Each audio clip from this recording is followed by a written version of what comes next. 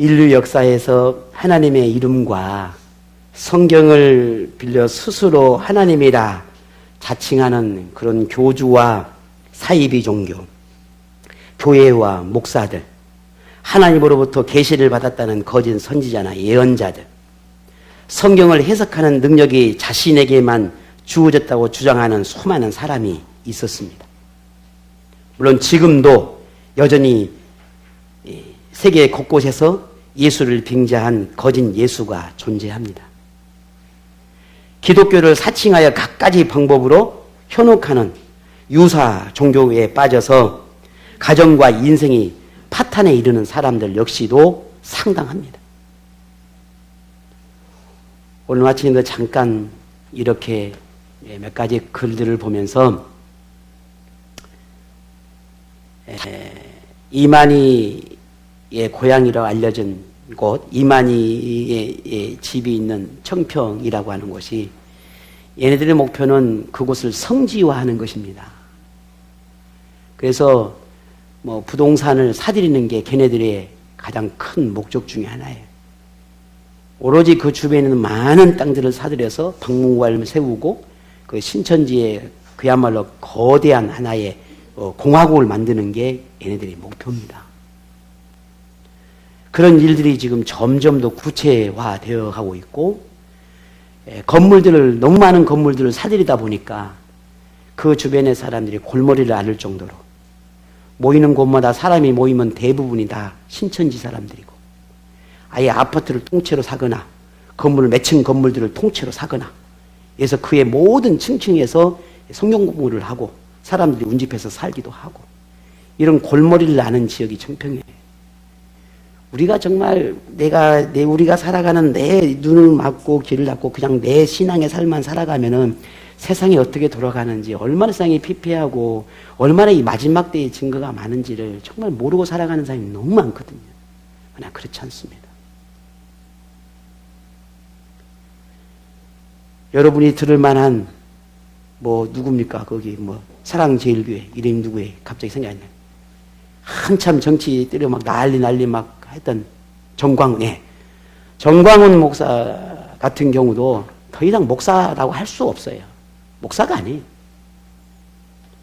자기를 통하지 않으면 하나님을 만날 수 없다고 말을 하고, 자기를 통하지 않으면 구원을 받지 못한다고 말을 하고, 자기 교회에만 나와야 된다고 말을 하고, 비판하고 정죄하는 게 다반수고, 정말 웃기지도 않는 이야기들을 해갑니다.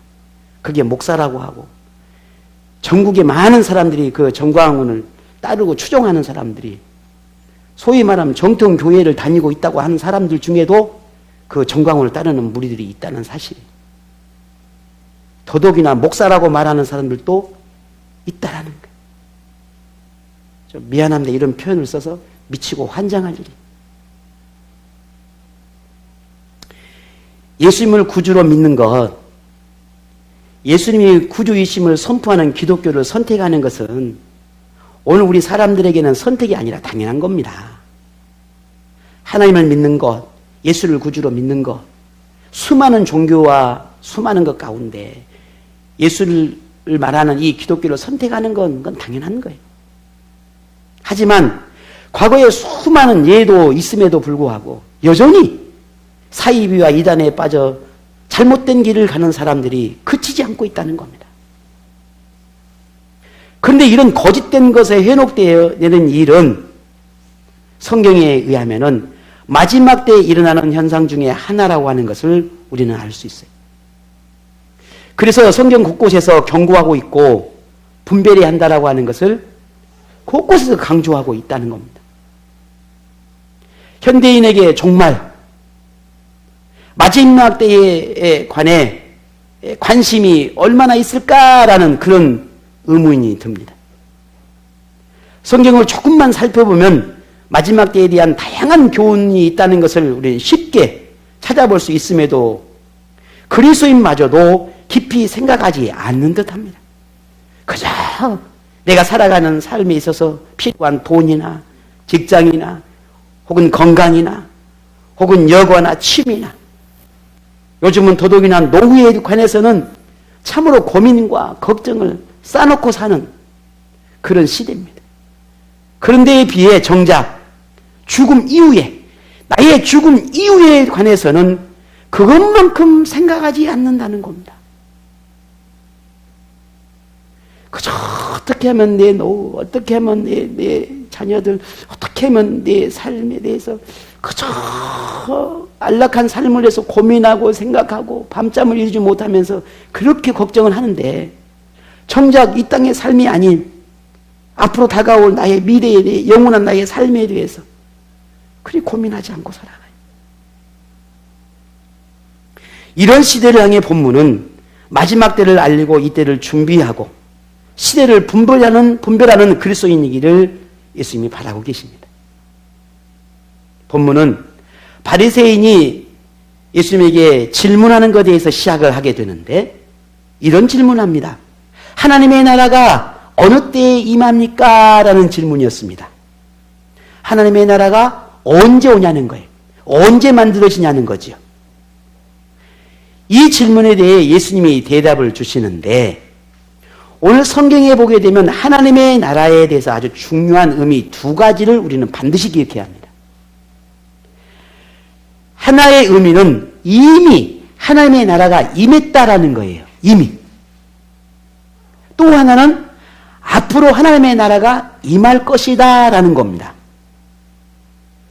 이미 하나님의 나라가 임했다는 것과 앞으로 하나님의 나라가 임할 것이다 라고 하는 이 두 가지 의미가 이 성경에 기록되어 있는데, 이미 하나님의 나라가 임했다라고 하는 그 말은 오늘 본문 21절에 보면 이렇게 이야기합니다. 우리 같이 한번 읽어보겠습니다. 또 여기 있다 저기 있다고도 못하리니 하나님의 나라는 너희 안에 있느니라. 아멘. 이미 하나님의 나라가 임했다라고 하는 말에 예수님은 하나님의 나라가 너희 안에 있다라는 표현에서 우리는 그 의미를 찾을 수 있습니다. 그런데 이 말씀에서 너희 안에 있다라고 하는 말에 많은 사람들이 오해하는 것 중에 하나가, 너희 안에라고 하니까 이게 우리의 마음에 임했다라고 생각하는 경향이 있습니다. 그러나 그렇지 않습니다. 여기서 말하는 너희 안에라고 하는 것은 우리의 속마음, 우리의 마음을 말하는 것이 아니라 하나님과 함께 하고 있는 이 지금의 이 현실, 예수님과 함께 하고 있는 이 지금의 이 상황, 오늘 이 당시 지금의 이 성서 시대에 예수님이 살아계신 이 시대 속에 예수님이 너희와 함께 하고 있으니 이미 하나님의 나라가 임했다라는 의미인 것입니다. 내가 너희와 함께 하고 있는 지금이 하나님의 나라가 임한 것이다 라고 하는 의미입니다. 예수님의 말씀이 선포되고 질병과 고통과 슬픔이 예수님의 능력에 의해서 치유와 회복이 임하고 사단과 죽음마저도 다스리는 예수님이 함께하고 있는 지금의 이 현실, 이게 바로 하나님의 나라다라고 말하는 것입니다. 이것은 예수님이 하나님의 나라의 주체고 주권자다라는 의미가 여기 있는 겁니다. 예수님이 계셔야만, 하나님이 다스려야만 하나님의 나라가 임한다는 겁니다. 그곳이 아니라면 하나님의 나라가 아니라는 거예요. 이걸 조금 더 쉽게 표현하면 내 안에라고 할 때 이 내 마음이라고 하는 표현 속에서도 만일 하나님의 이 내 안에 있다면 이게 하나님의 나라인가? 이건 완성된 하나님의 나라가 아니에요. 왜냐하면 우리의 이 마음 안에는 완벽하고 깨끗한 게 아니라 항상 죄가 가득하거든요. 그러니 내 안에 하나님의 나라가 임하는 게 아니라 하나님과 함께 살아가는 모든 곳, 장소적인 의미도 있고 혹은 보이지 않는 영적인 의미도 있습니다. 그것이 하나님의 나라가 임하는 것입니다. 이것이 현재적인 의미예요. 자, 그러면 지금 오늘 여러분에게, 우리에게 하나님의 나라가 임했을까요? 임하지 않았을까요? 임한 것입니다. 이미 임했습니다. 왜냐하면 오늘 저와 여러분이 하나님을, 예수님을 구주로 고백하고 하나님의 나라를 소망하는 믿음의 삶을 살아가고 있는 오늘 우리의 삶 가운데 누가 함께하는 겁니까? 하나님이 함께하기 때문입니다. 그래서 우리는 이미 하나님의 나라를 임한 곳에서 우리는 살아가고 있는 삶이 되는 겁니다. 또 하나의 의미는 앞으로 임할 하나님의 나라입니다. 이것은 아직 임하지 않은 하나님의 나라예요. 흔히 이것을 우리는 종말론적인 하나님의 나라라고 말하는데, 마지막 때, 그러죠? 혹은 종말, 또는 미래적인 하나님의 나라라고 말을 합니다. 그래서 우리가 흔히 하나님의 나라라고 그렇게 생각을 하게 되면 대부분의 사람들이 마지막 때 내가 죽어서 가는 하나님의 나라를 생각하는 경향이 훨씬 더 크지요. 오늘 본문에서도 예수님이 그렇게 이어서 말씀을 하는 겁니다. 마지막 때에 대해서. 종말론적인 하나님의 나라에 대해서 오늘 22절에서 37절에까지 말씀하시면서 그 마지막 때, 우리에게 임할 종말론적인 하나님의 나라에 대한 굉장히 중요하게 강조하고 있는 것을 보게 됩니다. 자, 예수님은 이 마지막 때를 본문에서 뭐라고 표현했냐면 인자의 날이라고 표현했습니다. 인자의 날이라고 표현할 때 이 인자는 예수님을 가리킵니다. 본문 25절을 우리 같이 한번 읽어볼까요? 25절입니다. 같이 읽습니다. 그러나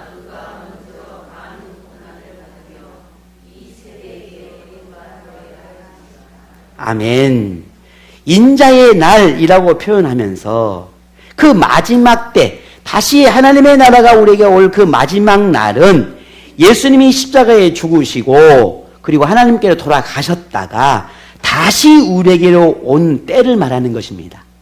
그러니 아직 예수님이 십자가에 죽지 않는 상황이니 오늘 본문 조금 여러분 읽었던 것처럼 25절의 말씀처럼 예수님이 고난을 받고 이 세대에서 버림바 되어서 하나님의 나라에 갔다가 다시 온 때, 그때가 마지막 때, 하나님의 나라가 완성되어지고 하나님의 나라에 들어갈 백성들을 불러 모으는 날, 그때가 마지막 하나님의 나라가 임하는 날입니다.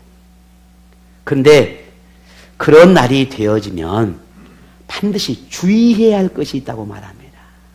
뭘 주의해야 되느냐? 그 마지막 때가 되어지면 23절에 같이 볼까요? 시작.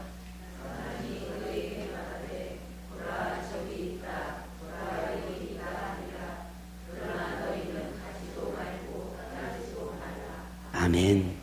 마지막 하나님의 나라가 임하고 인자가 예수님이 이 땅에 다시 재림하는 그 때가 되어지면 많은 사람들이 이렇게 말을 한다는 겁니다. 예수님이 우리에게 임했다. 예수님이 다시 이 땅에 재림하셨다. 등과 같은 많은 말들이 하게 될 것인데 너희는 그들의 말을 따르지도 말고 그들과 같이 하지도 말아라 라고 말합니다.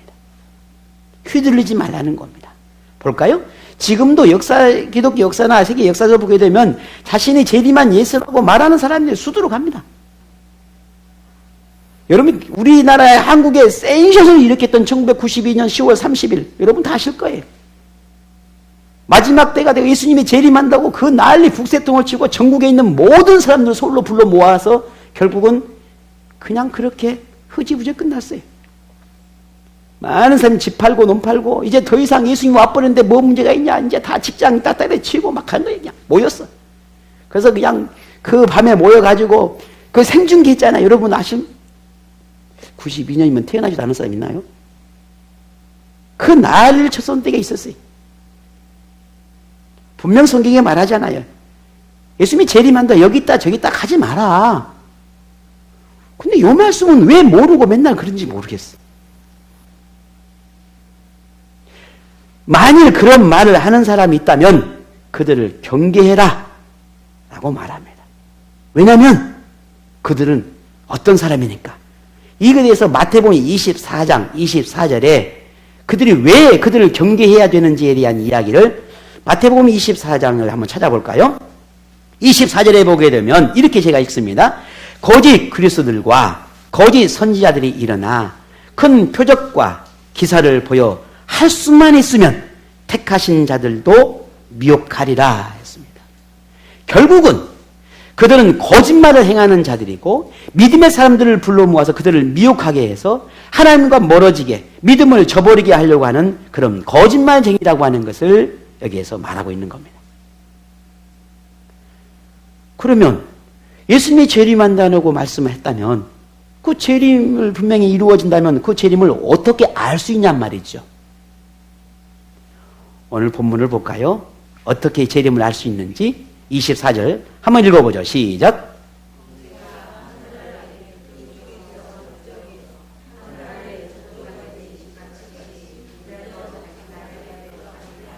아멘.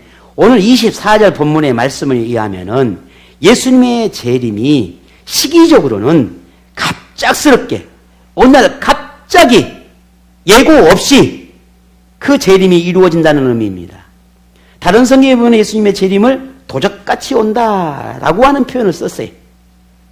그래서 갑자기 누구도 예고치 않는, 예상치 않는, 생각지도 않는 그날 그렇게 예수님이 임하는데 그 재림의 날은 비밀스럽게 어느 특정 누구에게만 조심스럽게 비밀스럽게 이야기를 하고 예수님이 오는 것은 아니다라는 거예요. 그니 어떤 사람이 누군가가 예수님이 곧 옵니다. 자, 내일 밤에 예수님이 오신다 했습니다. 라고 하면 거짓말이다 라는 말입니다. 혹시 제가 여러분에게 예수님이 내일 밤 오신다 했습니다. 모두들 다 교회로 모이십시오. 그러면 오실 필요가 있다 없다? 없다. 그날부는 저는 모가지다. 저는 사이비가 됐다. 그렇게 생각하시면 돼요. 예수님의 재림은 저에게만 어떤 특별히 우리가 상상할 수 없는 영적인 같은 그런 사람에게만 예수님이 재림한다고 가르쳐 준다, 주지 않는다? 않는다. 라는 거예요. 왜냐면 이것을 마태복음 24장으로 다시 가면 30절에 이렇게 예수님께서 말씀하셨어요. 그때에 인자의 징조가 하늘에서 보이겠고 그때에 땅의 모든 족속들이 통곡하며 그들이 인자가 구름을 타고 능력과 큰 권능으로 오는 것을 보리라 했습니다. 무슨 말입니까? 물론 예수님의 재림은 우리가 생각하지도 않는 갑작스러운 예고되지 않는 그 어느 날에 임하기는 하나 그 예수님의 재림이 비밀스럽게 오는 것이 아니라 모든 사람들이 볼 수 있도록 온다라고 하는 사실이에요. 그래서 누구라도 예수님의 재림에 대해 특정 시간이나 혹은 자신을 재림 예수라고 말하거나 혹은 어느 것을 예수님의 재림의 증거라고 강조해서 모이게 하거나 그것으로 함께 하기를 강요한다면 그것은 거짓이다 라고 하는 걸 분명히 여러분이 아셔야 합니다. 요즘 세계가 시끌시끌하지요. 전쟁이니 뭐 갖가지 질병이니 자연재해니 이상기온이니 등등의 수많은 일들로 인해 온 나라가 뒤숭숭하고 시끌시끌합니다. 최근에 또 이스라엘과 하마스의 이런 그 전쟁을 보면서 참 많은 이야기들이 교계에서도 나오고 있습니다.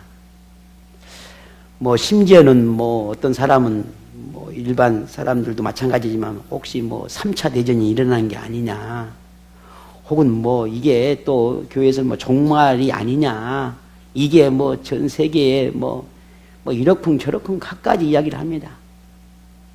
어떤 기독교인들은 또 뭐 이게 성경에서 예언한 일이다. 물론 전쟁은 성경에서 예언한 일이지만 이스라엘과 하마스의 전쟁을 예언한 건 아니에요.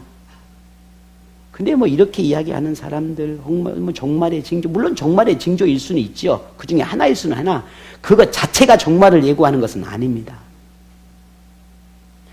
어쨌든 이런 이야기들이 지금 교계뿐만 아니라 세상의 곳곳에서 갖가지 이야기들 나오고 있는데 분별력이 필요한 시대입니다.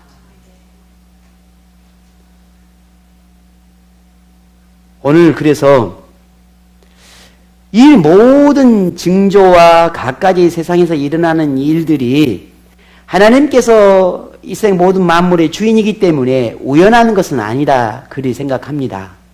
그러나 그것이 곧 예수님이 지금 내일이라도 당장 오실 수 있는 그런 증거와 예고인가라고 말할 때 이는 아닙니다. 많은 증거 중에 하나인 것은 분명한 사실이나 그거 하나만 가지고 예수님이 내일 오신다라고 말할 수는 없다는 말입니다. 이것을 마태복음 24장 다시 가게 되면 24장과 25장에 보게 되면 종말에 대한 많은 예고들이 있어요. 그래서 자꾸 제가 25장으로 가게 되는데 오늘 본문과 같은 맥으로 기록된 내용이긴 하나 마태복음 조금 더 자세히 기록되었기 때문에 제가 자꾸만 그런 이야기를 합니다. 그 마태복음 24장에 보게 되면 마지막 때의 징조에 대해서 많은 기록들을 해놨는데 자신이 그리스도라고 말하는 사람들이 등장을 하고 난리와 혹은 기근과 지진이 일어나고 민족과 나라 간에 서로 대적하고 싸우고 다투고 원수 맺는 일들이 비일비재 일어나고 그리스도인이 수많은 환난과 시련과 고통을 받기도 하고 미움을 받기도 하고 또 그리스도인이 죽음에 이르기도 하고 또 서로 사람들의 서로 사랑이 식어지고 서로 미워하고 원수 맺는 일이 일어나고 복음을 가지고 성경을 가지고 말하는 그런 거짓 선지자들이 거짓 사람들이 일어나고 지도자들이 세계 곳곳에서 일어나고 그 사람들을 미혹하는 일들이 지금 일어난다라고 하는 것을 마태복음을 통해서 그 징조에 대해 마지막 징조에 대해서 이야기를 하고 있습니다. 그런데 이 징조가 뿐만 보면 사실인가요? 거짓인가요?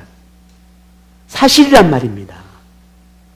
지금도 우리 주변에 이와 똑같은 일들이 계속 일어나고 있잖아요. 우리가 늘 말합니다. 왜 요즘 세상 사람들이 이렇게 각박해졌는지 모르겠다고. 왜 더 사람들이 이렇게 각박해졌는지 모르겠다고. 우리 계속 이야기하고 있잖아요. 이게 마지막 때 사랑이 식어져가고 식어져 간다고 말하고 있거든요. 나밖에 몰라요. 돌아보질 않아요.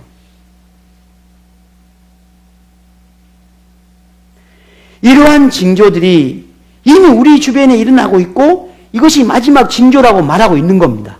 자, 그렇다면 이런 일들이 지금 우리가 겪고 있고 나도 그런 문화 속에 살아가고 있는 지금 현실이 그렇다면 만일 이미 예수님이 재림한 건가요? 아니면 예수님이 지금 재림 중에 한 중간만큼 예수님 오셨나요?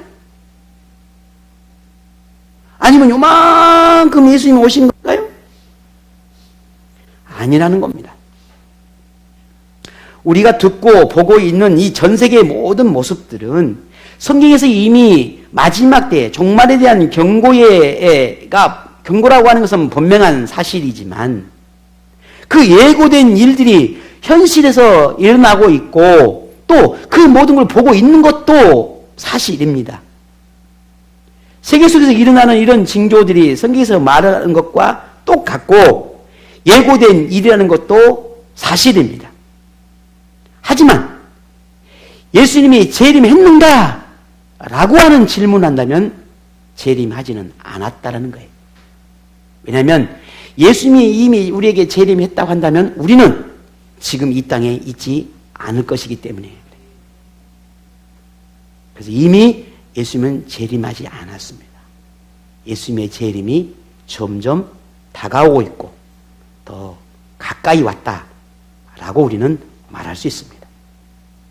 그럼 우리는 어떻게 해야 할까?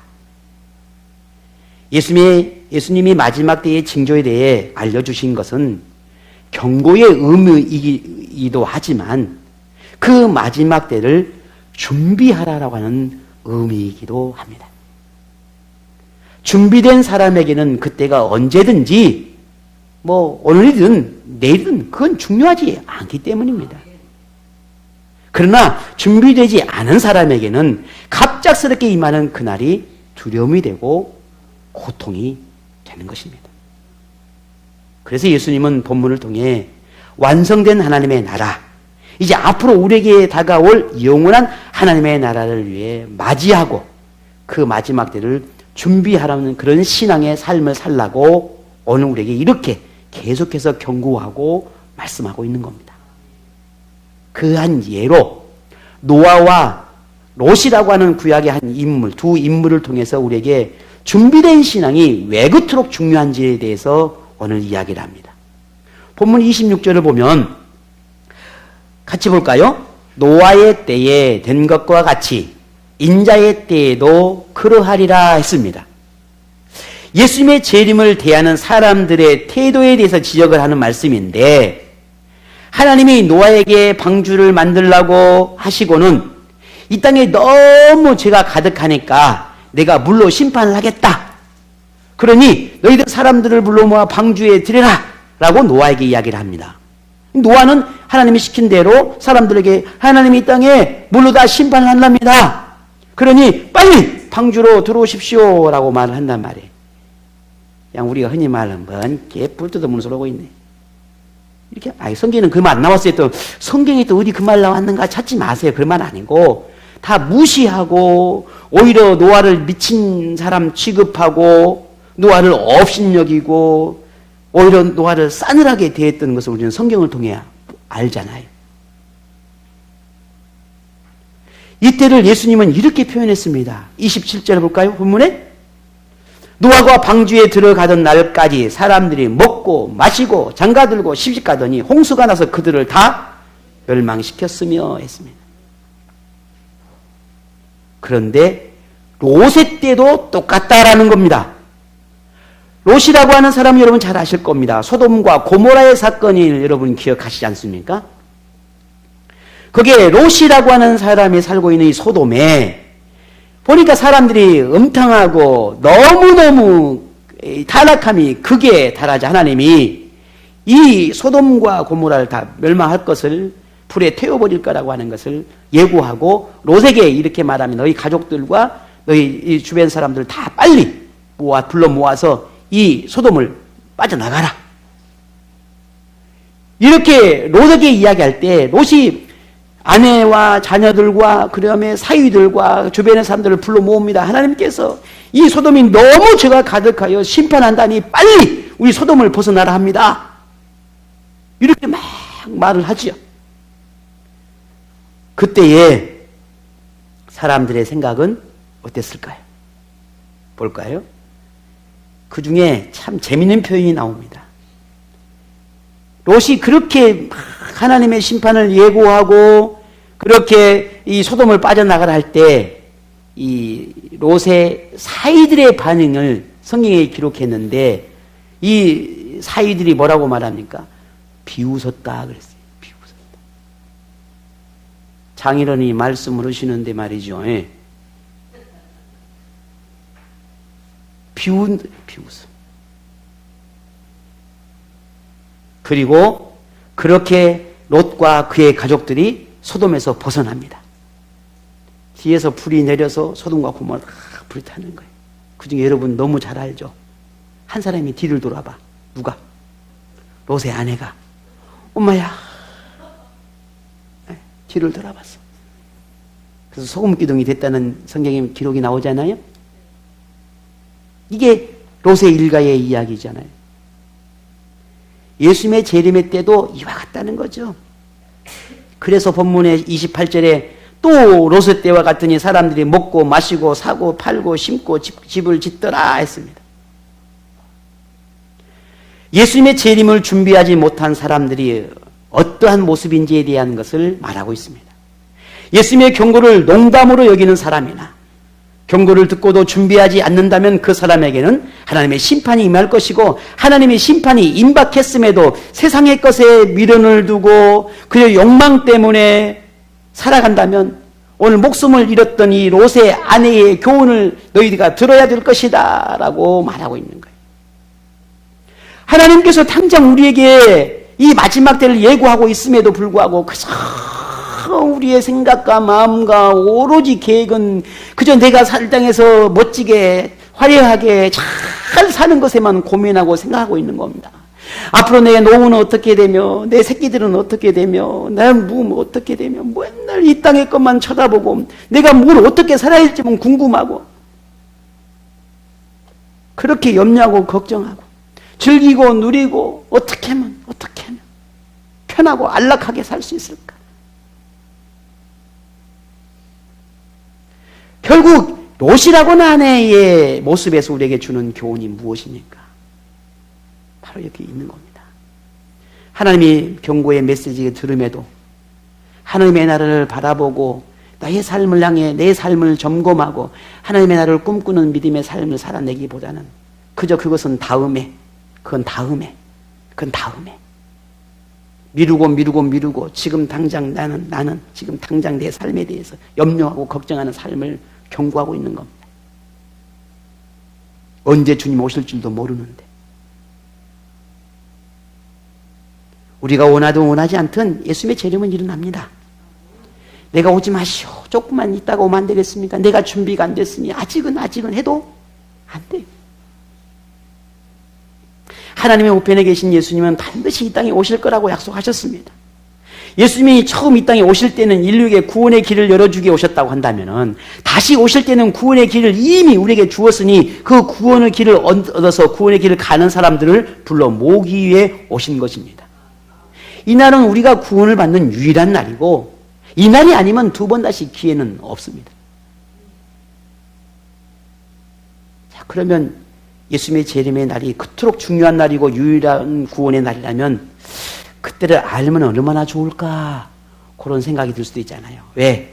그때만 내가 알기만 하면 지금 내가 조금 부족하더라도 여기 똥 해가지고 내일 오니까 오늘 저녁부터 밤새 철야를 기도를 하든지 아니면 뭐 하나님은 바짓가랑이 붙잡든지 아니면 뭔 수를 내서라도 뭐 오늘까지 이 밤에 하여튼 쇼부를 봐야지. 우리 그냥 흔히 하는 말로 하나님하고 쇼부 봐서 그냥 내가 구원을 해주려고 뭐 그렇게 하면 좋겠는데 그럴 수 있겠냐는 거예요. 문제는 그날을 그 때가 아무도 모른다는 게 우리에게는 너무 서글픈 일이에요. 그죠?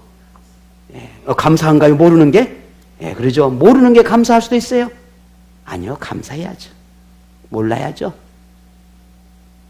진실한 믿음이 어떻게 만들어지겠습니까? 하나님 외에는 그날을 아무도 알려주지 않았습니다. 우리에게 알려준 것은 유일하게 그날의 증거입니다. 이때가 되면 내가 너희에 가는 줄로 알아라. 그리고 그 증거를 보면서 마지막을 준비해라 하는 것이었습니다. 만일 예수님의 말씀이 진리라고 믿는다면 그날을 준비하는 사람에게 그날을 준비하는 우리 사람이겠지만 혹은 또 그렇지 않는 사람도 있겠지만 혹은 가볍게 혹은 농담으로 혹은 또 허무맹랑하는 이야기로 들은 사람도 있을 것입니다. 자, 그렇다면 오늘 저와 여러분은 어떠해야 될까? 오늘 그냥 그저 목사의 설교의 한편으로 그저 오늘 그냥 내가 와서 오늘 어떻게 딱 나에게 오늘 하필이면 이런 말씀을 오늘 나는 주었을까? 이렇게 그냥 듣는 것으로 여러분 끝내실 겁니까? 아니면 오늘 말씀 여러분 마음판에 새기셔서 마지막 때를 준비하는 삶을 살아가시겠습니까? 오늘 34절, 35절을 함께 같이 읽어보겠습니다. 같이 읽습니다. 내가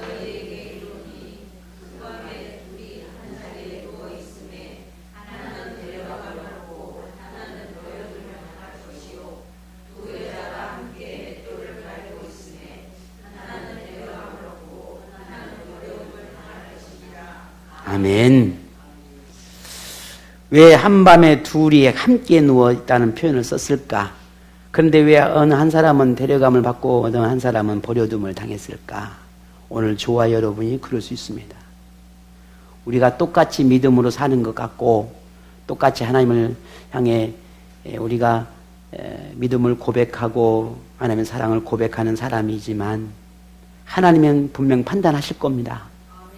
내가 하나님께서 우리를 데려갈지 아니면 하나님의 나라로 데려갈지 아니면 버릴지 우리는 선택할 수 있는 권한이 없어요. 하나님에게 있어요. 아무리 목사가 여러분을 좀 하나님의 나라로 데리고 가고 싶어서 그냥 뭘로 꽁꽁 묶어서 그냥 꽁꽁 묶어 뭘 발을 꽁꽁 묶어 뭘 꽁꽁 묶어도 저의 능력은 그게 아니거든요. 그저 제가 할 수 있는 것은 여러분에게 하나님의 나라에 갈 수 있도록 준비하라고 하는 이 메시지를 여러분에게 드린 것뿐이에요. 그 어떤 것도 제게 능력이 없어요. 오늘 성경에 그렇게 하나님께서 말씀하셨으니 주님께서 우리에게 이렇게 말씀하셨으니 오늘 이 말씀을 여러분에게 전해드리는 것이 제게 유일한 능력이에요. 믿고 그 믿음을 따라 살아가고 살아가지 않는 것은 여러분의 선택이에요. 믿고 준비하는 삶을 살아가는 것은 여러분의 복이 되겠지만 그렇지 않다면 그 결과는 달라질 수밖에 없다는 겁니다. 마지막 때를 위해 우리는 이제 무엇을 준비해야 될까? 우리는 고민해야 합니다. 내가 내 인생의 1년 후에, 5년 후에, 10년 후에 내 삶을 위해서 지금도 준비해야겠다고 고민하고 또 고민하는 우리가, 내일을 알지 못하는 우리가 하나님의 나라를 위해서 고민해야 되지 않겠냐는 거예요. 내 인생을 두고 고민하는데 왜 내 영원한 삶을 위해서 고민하지 않냐는 말이에요. 내 자녀의 미래를 위해서 고민하는데 내 자녀의 영원한 삶을 위해서 왜 고민하지 않냐는 말이에요. 내 남편 왜 고민하지 않습니까? 내가 사랑하는 사람 왜 고민하지 않아요?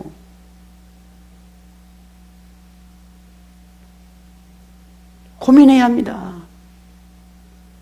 몰라 저 인간 내가 그렇게 말했으면 이 정도면 될 법도 한데 이제 포기해버려. 냅둬버려. 죽든가 살든가.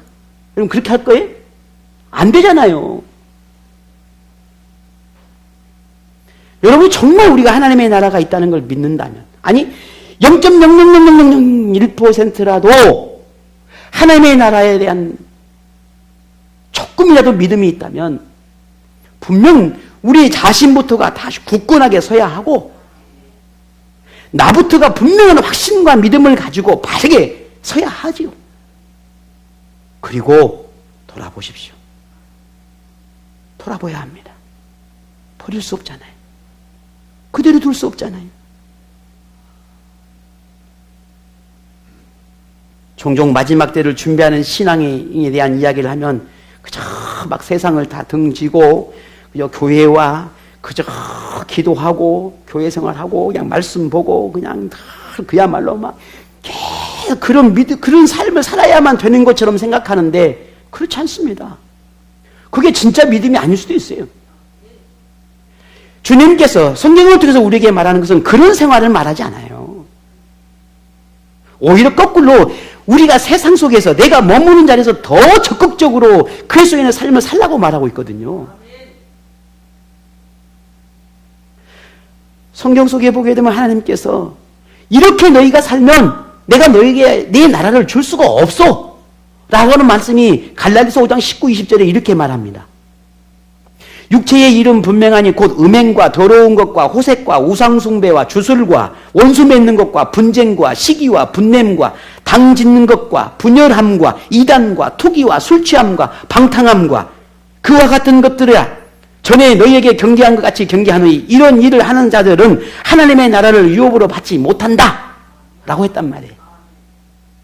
그 말은 내가 그저 교회 가서 기도만 하고 예배만 드리고 그저 그냥 그렇게만 사는 사람에게만 하나님의 나라를 주겠다는 게 아니에요.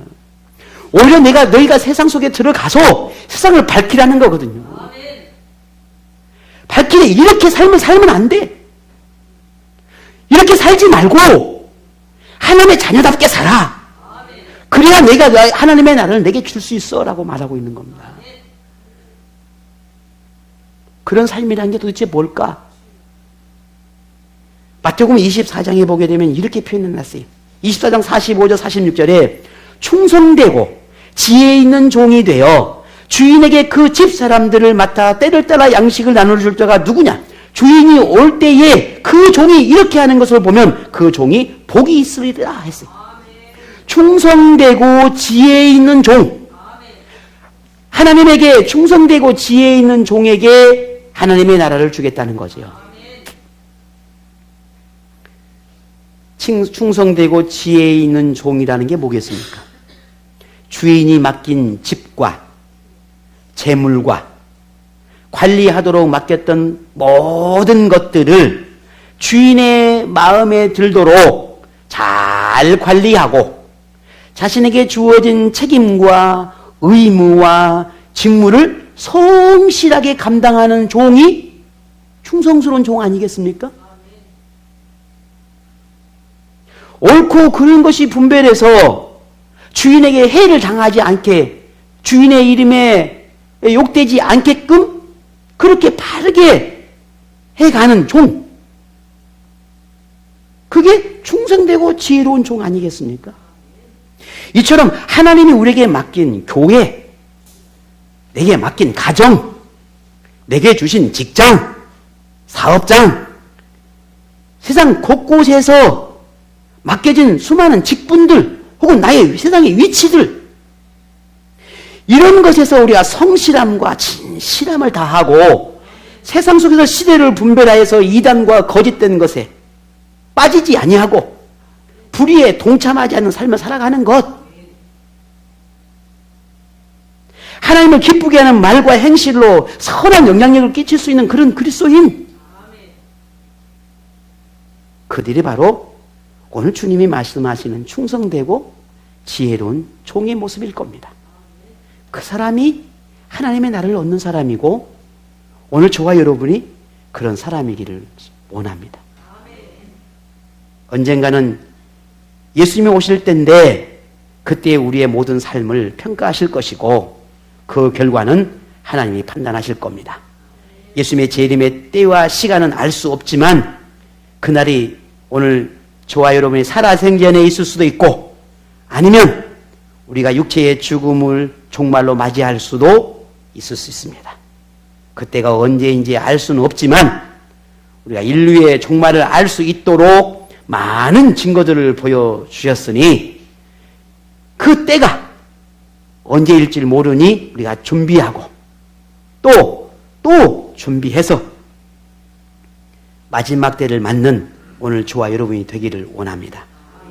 그러면 이제 여러분에게 주어진 이 매일매일의 삶이 노아나 이 노세 때의 사람들처럼 하나님 말씀과 상관없는 그런 향락이나 즐기고 누리고 세상 풍조에 휩쓸려서 그렇게 살아가는 어리석은 사람의 삶이 되지 않도록 오늘 우리 스스로 우리의 삶을 점검하는 그런 지혜로운 사람이 되기를 원합니다.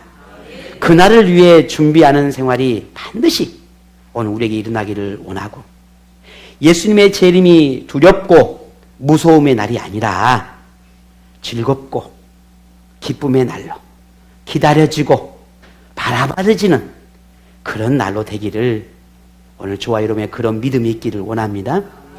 하나님 앞에 서는 날을 위해 우리 준비합시다. 그날이 언제인지 뭐 그리 중요하겠습니까? 그날을 아는 것이 뭐가 그리 중요합니까? 준비하면 되지요. 오늘 저와 여러분이 믿음으로 준비하면 오늘 당장 주님 우리를 부른다 한들 그게 뭐가 두렵겠습니까? 가면 되지요. 내일 부르면 뭐 어떻습니까? 오늘 하루 더 기회를 줬으니까 오늘 잘 살면 되지요. 그렇지 않습니까? 그게 뭐 가슴을 찔리겠어요? 열심히 성실하게 잘 살아내면 되는 것이지요. 오늘 우리 공동체 모든 제들이 단 한 사람도 하나님의 부름에서 버림받은 일이 없도록 모두가 다 하나님의 나라를 받는 그런 충성되고 지혜로운 종, 그런 하나님의 사람 되시기를 주의 이름으로 축복합니다.